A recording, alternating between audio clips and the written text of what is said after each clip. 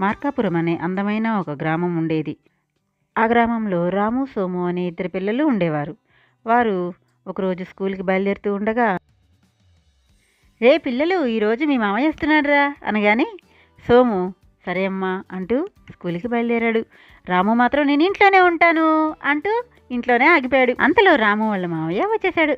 "మామయ్య వచ్చాడు" అంటూ వెళ్ళి బ్యాగ్ తీసుకొని, "ఏం తెచ్చావు మామయ్య నాకు? ఏమేమి ఉన్నాయి ఇందులో?"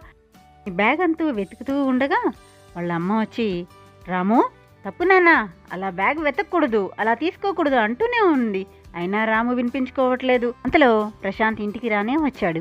ప్రశాంత్ని చూసి వాళ్ళ మామయ్య ఎత్తుకుని ముద్దాడుతున్నాడు. "ఆ, రాము, మామయ్య, నాకెందుకు ముద్దు పెట్టలేదు, నువ్వు నన్నెందుకు ఎత్తుకోలేదు" అని అడిగాడు. అందుకు, "నీకు నేను ముద్దు పెట్టాలా, నీకు ఇవ్వాలా, నువ్వే తీసుకుంటావు కదా." ఆ మాటతో రాముకి బాధ కలిగి అక్కడి నుంచి వాళ్ళ అమ్మ దగ్గరికి వెళ్ళిపోయాడు.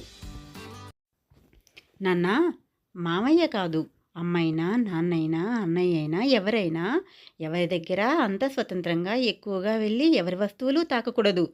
అలా నువ్వు స్వతంత్రంగా తాకుతున్నానని అనుకున్నా అది వారికి తప్పుగా తోస్తుంది. అందువల్ల నీకు గౌరవం ఇవ్వరు. ఆ గౌరవం లేకుండా ఉండేటట్లు మనం ప్రవర్తించకూడదు. ఎవరి దగ్గర ఇంకొకసారి ఎప్పుడు అలా ప్రవర్తించకు. అన్నయ్యకి తగ్గిన గౌరవమే నీకు కూడా దక్కుతుంది, సరేనా" అని ఓదార్చాడు.